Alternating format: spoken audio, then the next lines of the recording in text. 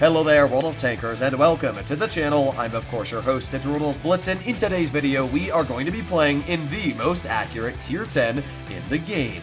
Now, you would think that it's the Leopard 1. For many years, this has been dubbed as the most accurate tank, sitting at 0.272 dispersion and ridiculous DPM with a fantastic aiming time. Yes, it does have the best dispersion in Tier 10. However, the 62A has the exact same dispersion, also making this the most accurate Tier 10 in the game. So, the real question is, which of these two vehicles is more accurate? Well, the first thing to know is that the 62A is a 2.2 second aiming time, while the Leopard 1 has a 2.8 second aiming time. But it gets even a bit more interesting than that, because if we make our way over to Blitz Hangar, you'll notice that the Leopard 1 actually has worse on-movement dispersion than the T62A. So, I can officially say that the T62A is the most accurate Tier 10 in the game.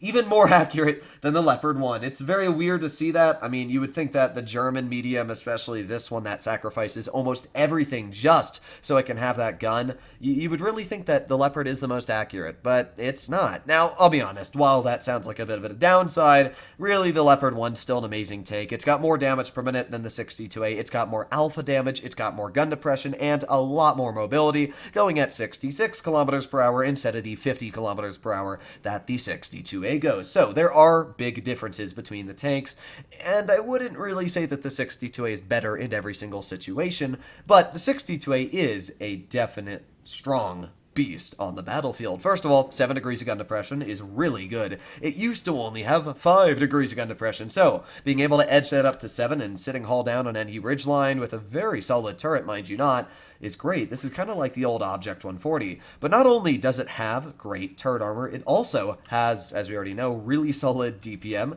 3,500 if you're running it with rammer, and I think around 3,300 if you're like me running it with calibrated shells. But I just want you to take a look. Look at that accuracy. I mean, it's literally like a laser. Wherever you aim, it's already pre-aimed to shoot. So let's see if we can spot the enemy. Oh, we got an enemy E5 up top. We didn't have enough gun depression for that, but that's all good. Let's see. We got the Foch over here. Aim in, and we actually bounced his hatch, which kind of sucks, but that's all fine because we are just backing up and forth. Let's go for another shell and another bounce on his hatch. Well, looks like Wargaming does not like me all too much today, but let's just shoot a heat shell at his side so I guarantee that that one does penetrate. And let's go for another hatch shell on the Foch, maybe? I don't know. The enemy team's doing some weird things to say.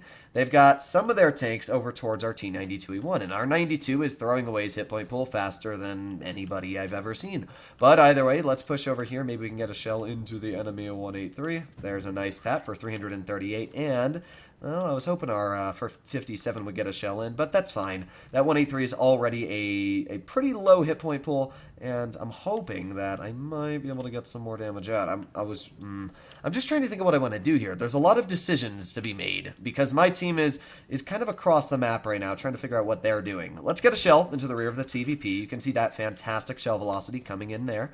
Very, very handy. We got the E5 backing up. Maybe we can get a shell into the side of the E5. There you go. Nice tap into his turret. Obviously, it's very hard to miss with such an accurate gun. We got the Foch off to the side, who did just fire his gun. So let's go for one shell into the lower plate of the Foch, but we do have the Yo off to the side. So let's start shooting heat. There's 2 shells into the Foch, and maybe we can get another shell out as well. Oh, there you go. That's 3 shells and 900 hit points we were able to take off of the Foch. That's pretty impressive for how quick we were able to get that damage out. Now, what's also impressive is how quick my team is throwing away what is a very easy win. Thankfully, the enemy 183 has been cleared, and vehicles like this Ho-Ri are going to be cleared by my very, very nice gun.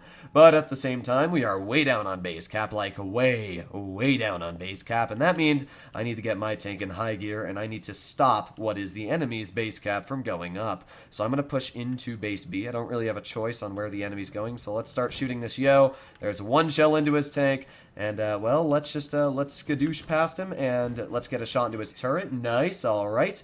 And I just got to stop them from capping this base. So I'm going to sit here. I'll tank 1 shell from this guy, but that's fine because now we completely out-DPM him. But we just got shot in the rear for 681, which would be the enemy Foch 155. Well, let's go for another shell into the enemy Yo.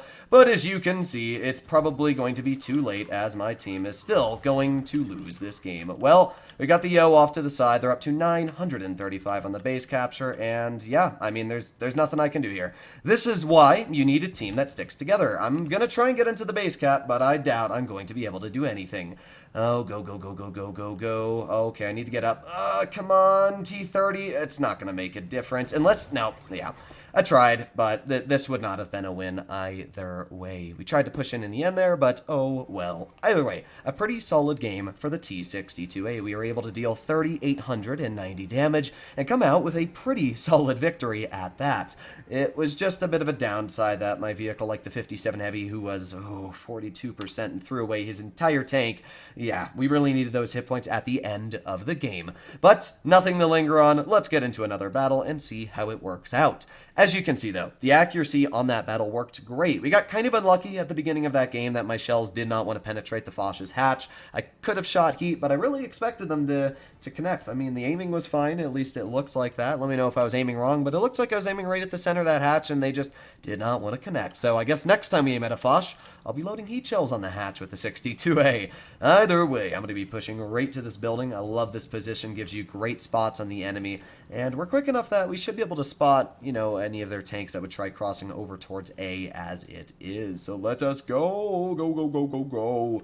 And here we are at base A. All right, well, we got our 1-2-1 off to the side over there. Now, the enemy team only has one medium tank. They have a WZ-121. They also got a Jagdpanzer doing Yag things, I guess. And that shall hit the dirt. Oh, well. Nice thing is, because I've got such a quick reload, doesn't really matter as it is. Oh, come on. That shell just hit the red line on that guy. I got robbed. All right, well, we know the 1-2-1's up top, and that guy really can't afford to poke because he's going to bleed if he's going to. All right, there's the 1-2-1 running, and we got the Yag. All right, well, a lot of the enemy team seems like they're pushing this way, so all I really have to do is, well, let's go for the track wheel of that 1-2-1. Nice shell.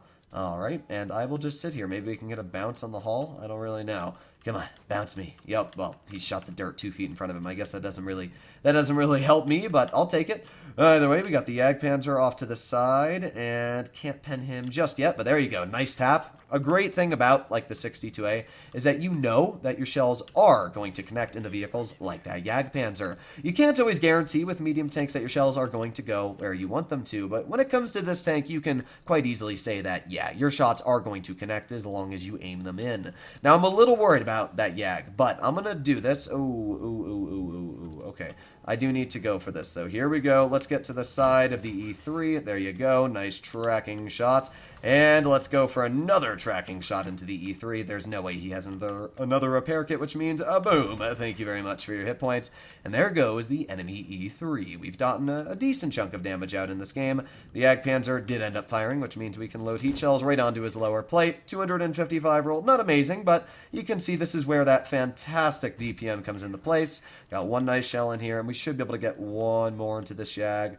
There you go. Nice shot. And, well, yeah, nice. 57 Heavy finished him off. The enemy E4 is pushing onto our 183, and he cleared him. So not great news on that aspect. Hopefully this Foch manages to pen the shot, but he shot an HE. Don't know why, but, oh, there you go. All right, we're all fine. And, well, let's continue on our way up. They've got a neat 215B, an AMX50B, and a M6. Yo, speaking of the yo, he's right there. And a nice shot right into the hatch. But you can see we got penned right in our turret cheek, as that is a weak spot on this vehicle. So you do got to be a little careful when exposing your turret with this tank, but nothing too crazy you got to be careful about, because as you can see there, nice bounce from the enemy AMX50B. Let's get another shell into this 50B. Boop, nice tap. I mean, shooting at people from this distance, it's basically a laser beam. You don't have to worry about your shells missing.